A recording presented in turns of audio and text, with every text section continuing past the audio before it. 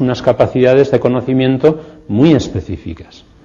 Podemos representar el mundo como un objeto, elaborar modelos que representan determinados aspectos del mundo, construir teorías, idear experimentos para poner a prueba las teorías, valorar los conocimientos conseguidos de este modo y aplicar esos conocimientos a la resolución de problemas concretos. Todo ello muestra que somos seres anclados en la naturaleza material, pero que al mismo tiempo la trascendemos, que poseemos un ser personal autoconsciente capaz de buscar un conocimiento que permite un dominio controlado de la naturaleza. El progreso científico es uno de los logros más destacados del ser humano, y es paradójico, por tanto, que en ocasiones se ha utilizado para argumentar que no somos más que un accidente de la historia cósmica.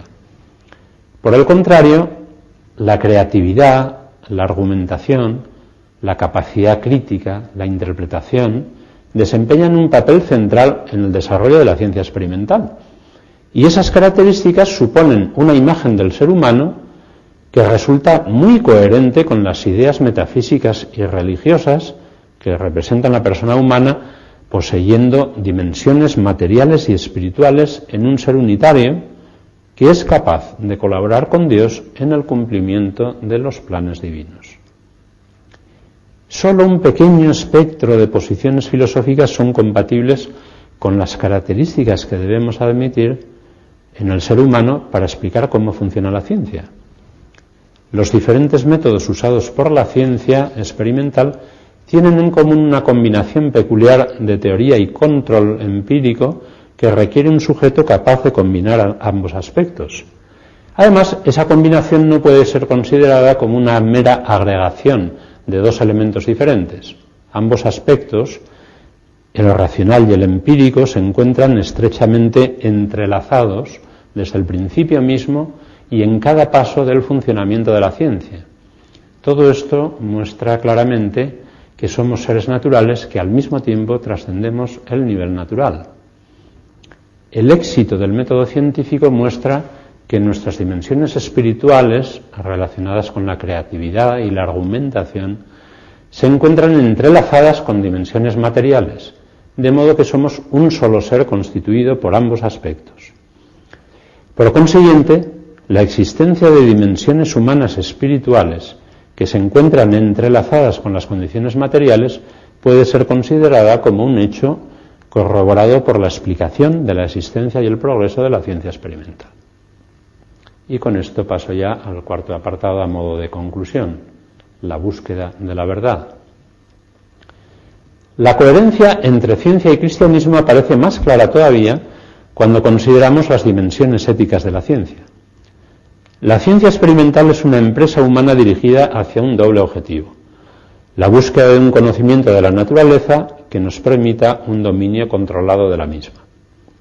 Por tanto, tiene sentido, sobre todo, como un medio para la búsqueda de la verdad y para servir a la humanidad.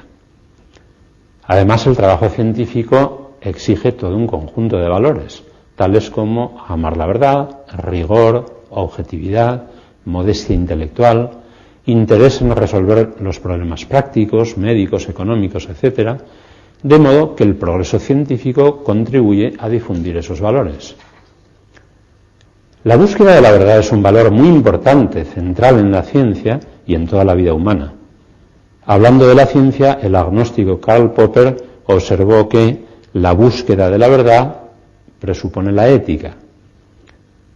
En su encíclica Fides et Ratio, Juan Pablo II, en una fórmula breve y llena de contenido, escribe: se puede definir, pues, al hombre como aquel que busca la verdad. Otro pasaje de la encíclica puede fácilmente pasar desapercibido y, sin embargo, tiene gran importancia en mi argumento. Se encuentra al comienzo de la encíclica, número 1, y dice así: tanto en Oriente como en Occidente es posible distinguir un camino que a lo largo de los siglos ha llevado a la humanidad a encontrarse progresivamente con la verdad y a confrontarse con ella. Es un camino que se ha desarrollado, no podía ser de otro modo, dentro del horizonte de la autoconciencia personal. Y aquí viene el pasaje que más me interesa.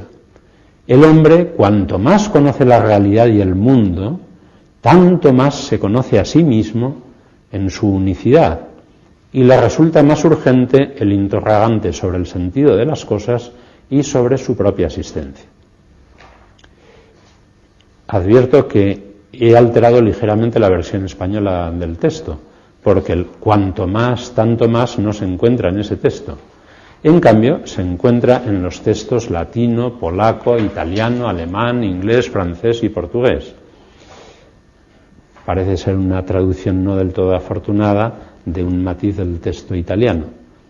Precisamente, el lugar central que ocupa la búsqueda de la verdad en la vida humana se encuentra realzado por el progreso científico, que representa un camino especialmente importante para el conocimiento de la naturaleza y, por tanto, para el conocimiento de nosotros mismos, del sujeto que hace ciencia.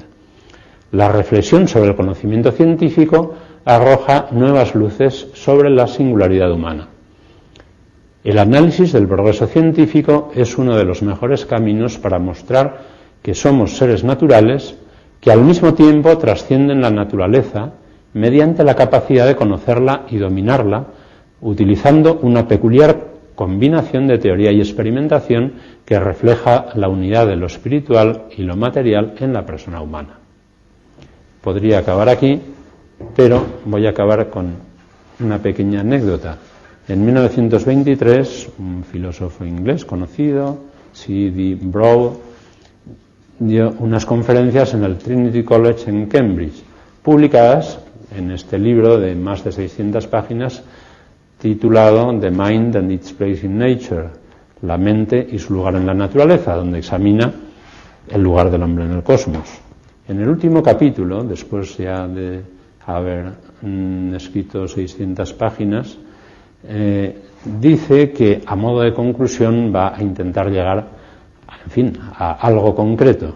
Y entonces dice que en definitiva, sobre la relación de la mente y la materia, pues hay 17 tipos posibles de teorías. Dice que son muchas y entonces las enumera una a una y dice que va a buscar un criterio para simplificar un poquito. Entonces encuentra un primer criterio que le permite eliminar como absurdas o no interesantes 4. Ya solo tenemos 14. Entonces ya después de bastantes páginas consigue eliminar otras y ya solo se queda con 11. Y después prosigue todavía muchas páginas en el capítulo sin llegar a ninguna conclusión particular.